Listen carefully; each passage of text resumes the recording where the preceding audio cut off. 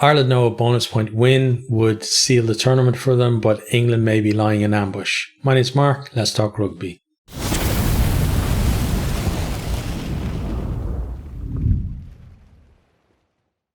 Big chance for Ireland to potentially wrap up the tournament this weekend, and whatever players always talk about, we're just focusing on the task ahead and getting our detail right and blah blah blah. It's got to be on their minds though, and sometimes we've seen with Ireland in the past that can weigh on them a little bit. But this one, it's England versus Ireland. It's at Twickenham in London. It's on Saturday the 9th of March 2024. Kickoff is 4:45 GMT. Last year was Ireland 29, England 16. England with Freddie Stewart sent off, at half time.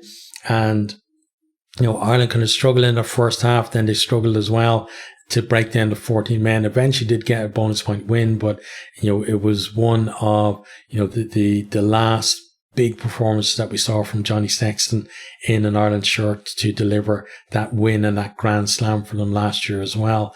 And, we'll see how it goes this time around. England are talking about, potentially trying to attack Ireland. I'm not sure if that's going to happen or not. So we're going to have a look at the two teams, starting with the England team, so the home team.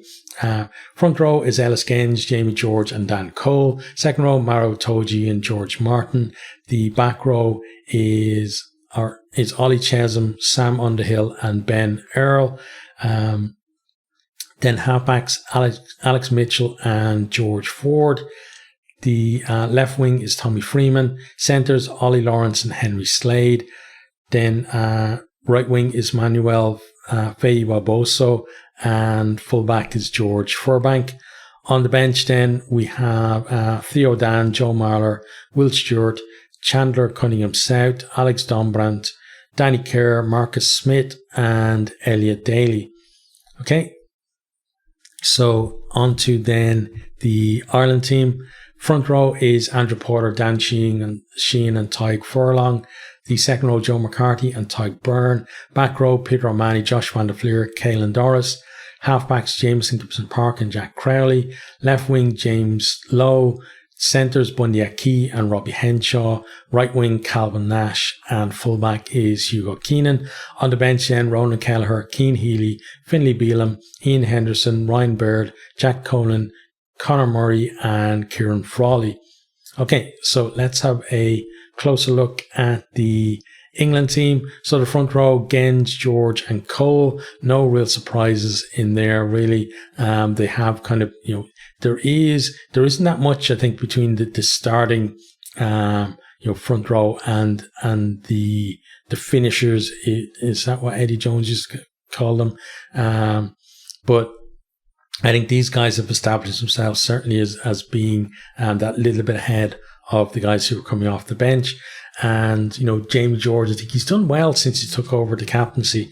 It hasn't been, the easiest for him, with kind of personal stuff as well, involved there. But the guy, I think, has handled things admirably there. And, as a front row, they've gone okay. They haven't been, hugely impressive in the tournament, but they also haven't been kind of majorly exposed regularly through the tournament either. And I think George as well, I think a lot of the hookers coming in this tournament, there was kind of talk about, being pressure on the throw and the line out and stuff, but I think George has done well in English line out. The second row then you got Maro Itoje and George Martin. So Martin coming in because Chesham is moving to 6. So, kind of splitting up one of the established partnerships that they had there, because last year's tournament, it was Itoje and one other really, and then Chesham come in and they kind of started establishing that partnership there, and I think they went well all through this year with Cunningham South as well, from the bench, kind of adding when he come on too. So it's going to be interesting now with a new partner beside Itoje there, and see how those two go against, what has been an impressive Ireland second row as well. Chesham moving into that back row there. So, little bit of change in the back row for England, and it's kind of, we've seen before with England where they've had that, a 6 who was basically converted lock in there, and it's worked well for them in the past. We'll see in this one whether it works well for them too here.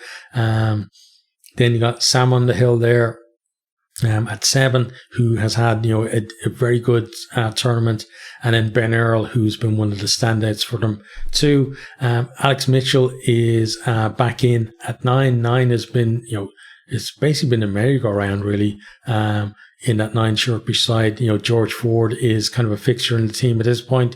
You got Tommy Freeman, who's got to be feeling a little bit more comfortable now at this level, since he's had a fair few appearances through the tournament so far. You got Lawrence and Slade there, centre partnership, and it's good to see them just having a partnership that isn't relying on some kind of trick, as it were, whether that's like a second playmaker at 12, or just like Tuolagi being a battering ram or whatever. They're just like two players who have decent skills and look like they could be a decent combination there. They just need time together. Then Emmanuel Faye-Waboso, I think his performances from the bench have earned him a starting spot there. George Furbank, again, in at fullback with no Stewart there. So this kind of hints at, the fact that maybe they are going to look to run the ball a bit more than people are thinking. Because if they weren't, you would have, thought that maybe they would go back to Freddie Stewart back there instead, and maybe have a bit more of a kicking game going. So, but Furbank, he's decent in the air as well. He's not as tall as Stewart or as Keenan, but still he doesn't shy away from contests in the air either. The bench then, Dan, Marler and Stewart. We've seen it already this tournament.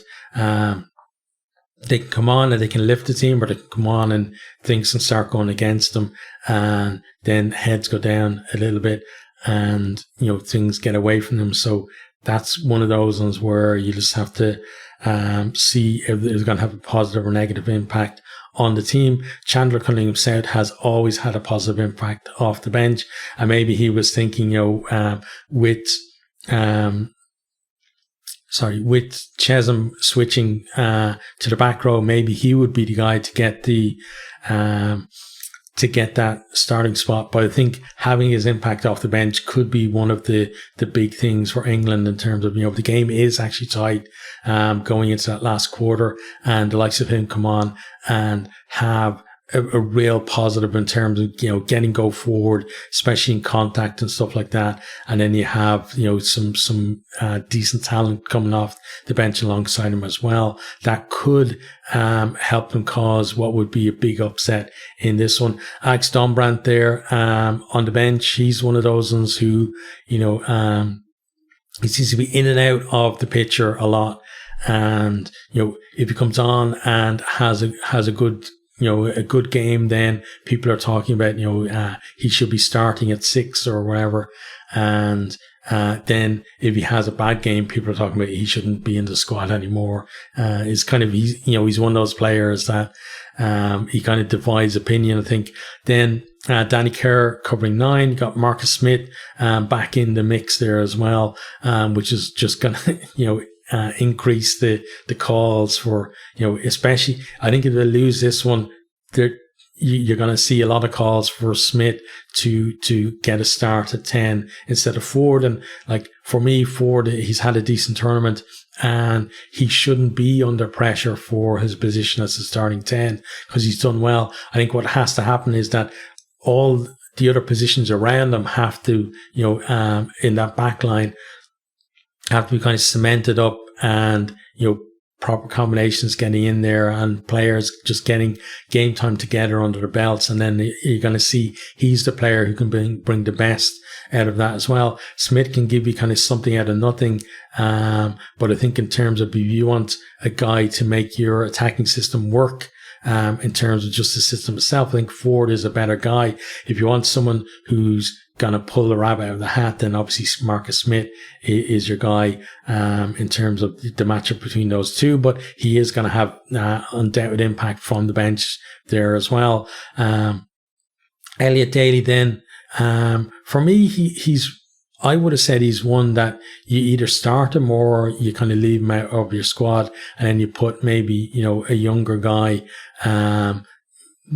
there to come on and have some impact. But, probably the fact that he can cover a few positions means that he's retained in the matchday squad rather than dropping out entirely.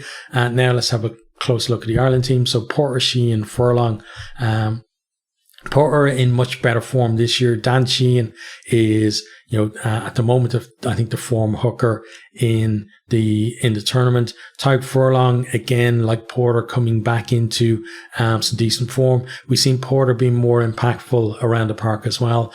Furlong, I think it's been just kind of been solid in the set piece and doing his work rather than being kind of the flash player that we saw, maybe 3 or 4 years ago, who was, handing players off left, right and center and giving, passes that a 10 would be proud of, that kind of thing. Now it's more kind of meat and potatoes for the farmer boy. And, it's good to see actually from him. And I'm sure those other touches are going to come as he his confidence grows as well, from that. Then someone who has to be full of confidence, Joe McCarthy there at 4. He's given Ireland a new dimension there in the second row, and he's had a fantastic tournament. Ty Byrne, also, like, he's been in super form, real genuine threat at the breakdown, at the line out as well, and a decent option for carrying too. And, getting in there, disrupting mauls and things like that. We saw him, he got that yellow card for the penalty try against Wales. As soon as he comes on, what's he do? He does almost exactly the same thing, but this time, it's judged to be legal, and he turns the ball over for his team on their own line. Just when Wales thought, they sniffed a second try, to have like the guts to do that, like the guy's got balls of steel. That's all I can say. And just a fantastic player and great form as well. Pierre Romani, been very impressed with him since he has become the captain. Real line out threat, real threat at the breakdown as well. Josh van der Fleer, we're seeing again glimpses of the player that was kind of World Player of the Year a couple of years ago, and he's starting to really get up to that level again. Caelan Doris, certainly the most impressive carrier for Ireland so far in the tournament. And, he's another player kind of like Ty Byrne, where he just hit form just as the European Games, were finishing off the pool stages, and came into form at just the right time for this tournament. I think Jameson Gibson Park there at 9, he's so crucial to Ireland in terms of just the quickness of the decision making, and the fact that, he doesn't wait around at the base there. He just gets the ball out, and that allows Ireland to not commit as many players to the breakdown as opposition teams. I think, if we had a slower 9 in there, then we'd have to be putting maybe an extra player in to every ruck. So it gives us so many more options. It means that we can, have that fast ball that the Ireland attack kind of relies on. Jack Crowley has just been, so good since he's taken that 10 shirt. And there was genuine debate in Ireland about who was going to replace Johnny Sexton, but I think that debate should be over at this stage, given how well he's performed so far, and I expect another decent performance from there as well. James Lowe, you always got to talk about that big boot and a left-footed kicker as well in the team. Also, like, the carries, and maybe I think one thing could be a bit better from him is his awareness of maybe his support and being able to find them as well. But he still had a really good tournament. Bundy Aki has, I've always liked the guy as a player, but I think he's over the last year something's happened to him, and he's just gone, hey, no, you know what? I can actually step up to an even higher level. And he's done that. And he's just been like, how many man of the match awards has that guy got in the last year for Ireland? It must be like 5 or 6. And that's just the mark of how good he's been. And, you got Robbie Henshaw in there, beside him as well. Ringrose was supposed to be available again.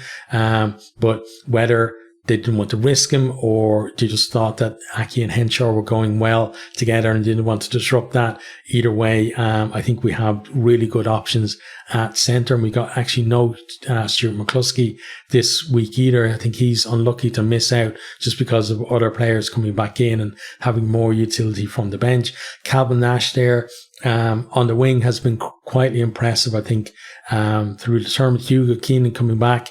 Frawley deputised well last time out against Wales, but I think everyone is happy to see Keenan back in there.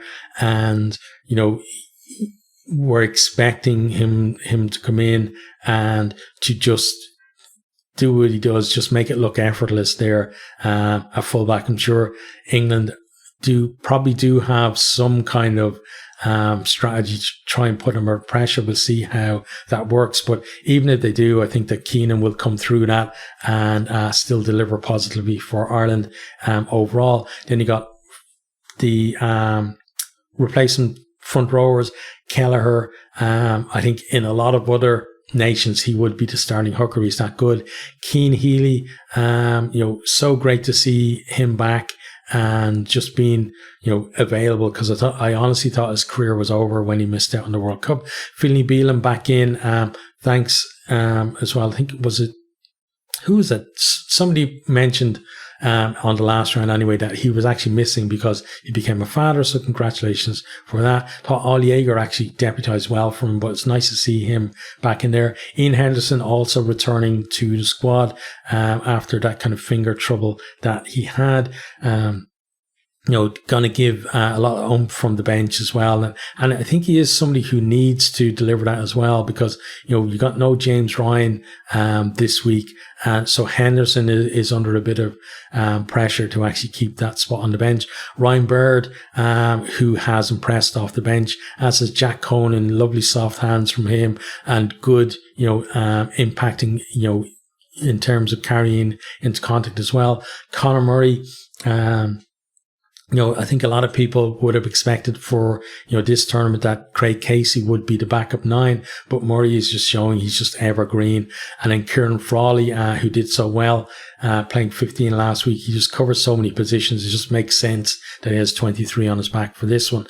Okay, so now let's have a look at some of the stats from the two teams. So in terms of tries, England with 6, which is one of the highest in the tournament, but Ireland with 15 just shows, how the difference between Ireland and the other teams.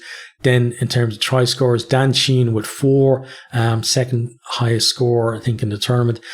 James Lowe, Byrne and Nash all with 2 each as well. England, interestingly enough, haven't had a player who scored more than 1 try so far in the tournament. So they probably want to change that if they're going to do well in this one. Successful penalties then, England with the most with 9, and that all from George Ford. 2 from Ireland. So I think, if England, they have been talking about kind of attacking Ireland and etc., but I do think that taking their penalties has been part of their strategy in terms of just staying in games. And if they can make it like last year, where it's a bit scrappier than Ireland wanted to be, and they are taking those threes when they get the chance, that scoreboard pressure on Ireland is one of the things I think that is going to give them that chance to potentially cause an upset. Attacking 22 entries then, teams with the 2 most, you got 29 for England and 30 for Ireland, but you can see that, England pretty much scoring a try every 5 attacking 22 entries, whereas Ireland is scoring a try every 2, attacking 22 entries. So that's the difference you're talking about in terms of just how clinical Ireland are compared to the other teams. Carries then 294 for Ireland, 440, or 294 for England, 440 for Ireland. Ben Earl, though, has carried the most in the tournament, 42 carries, and he has been certainly one of England's best players and one of the best players in the tournament so far. Caelan Doris and Jack Crowley, both with 34, are 4th overall in the tournament. Meters gained then, 1,005 for England. Ireland at the top of the charts for that with 1,491. Freddie Stewart, though, is England's top carrier in terms of meters gained, not available for this one, or certainly not selected for this one. So 152 meters for him in 7th overall in the tournament. For Ireland, though, you got James Lowe in 2nd place in 235, and Calvin Nash there in 6th place with 175. So, Ireland certainly with the players that can get more out of their carries than the English players so far. Offloads then, England with 7, down there at the bottom in the tournament. Ireland with 25, joint top with, I think, Italy. James Lowe is 1st overall with 6, and Jack Crowley is 4th overall with 4. Line breaks then, England with just 13, Ireland top of this stat as well in the tournament with 30. Elliot Daly is England's, most threatening player in terms of line breaks with 4. He's 3rd overall in the tournament, but he's on the bench. Again, as I was saying, he's a guy I would start or not pick because, if he's starting, he has that chance, I think, of getting a few line breaks in this game. James Lowe then is 1st with 7, and Byrne and Sheehan with 4 each in 3rd. So, Sheehan, he's not just a hooker. Like, the guy is almost like a, another kind of back rower or centre, the way he plays on the loose. Breakdown steals then 7 for England, 8 for Ireland. Sam Underhill with 4, 2nd overall in the tournament. He's had a really good Six Nations. Itoje with 2 is in 5th place. And then Ireland with Byrne and Porter with 2 each as well, joint 5th there with Itoje. And then scrum, England's scrum has gone at 67%, Ireland's at 84%. So you would think that the edge in the scrum is going to be to Ireland, but I think it's going to be a little bit more even maybe than that would suggest. So those are the stats. So it just remains to talk about how I think it's going to go overall. I think, England, they're talking about how they're going to attack and et cetera, but I think they're going to try and make it an arm wrestle as well. They're going to try and make it an arm wrestle, and then when they get the opportunities, they're going to try and get that attack going. Ireland, we haven't seen them in the free-flowing best just absolutely demolish a team so far in the tournament. I'm not sure where we're honestly going to see that through the whole tournament. I think, part of the why this Ireland team are so good is that they've had periods in games when they haven't been at the best, when maybe, they're dropping balls, when you would think that, they're so well drilled that they wouldn't, or when maybe they're under a little bit of pressure at set piece, or, they're under pressure on their own line defensively, etc. But they've been able to work their way through those and come out on top. And I think that's what's going to happen in this one, is that England are going to make it tight, but then Ireland are going to have that ability to stretch away. And I think that Ireland, they're going to win probably by a couple of scores and probably will get that bonus point win, which would then make them the Six Nations champions with a round to go. But obviously, if they did do that, then there's still a massive game then against Scotland for a potential Grand Slam. But England, they are a side who are, who look like they've improved through the tournament. But then I look at some of Borthwick's selections and stuff like that, and I think, well, I can see in some areas where they're going in terms of getting a new defensive system, and you can see that the attack is starting to develop. But I don't understand the idea of changing all those systems and changing so many players as well. For me, it doesn't make sense, but obviously he's the guy who is an international coach, and for good reason. But yeah, for me, I would, either have, a settled tactics or a settled team, not kind of unsettled on both sides of it. But we'll see how that works out for England in the long run. But I think in this game, Ireland are going to have too much of them, and I'm going for an Ireland bonus point win.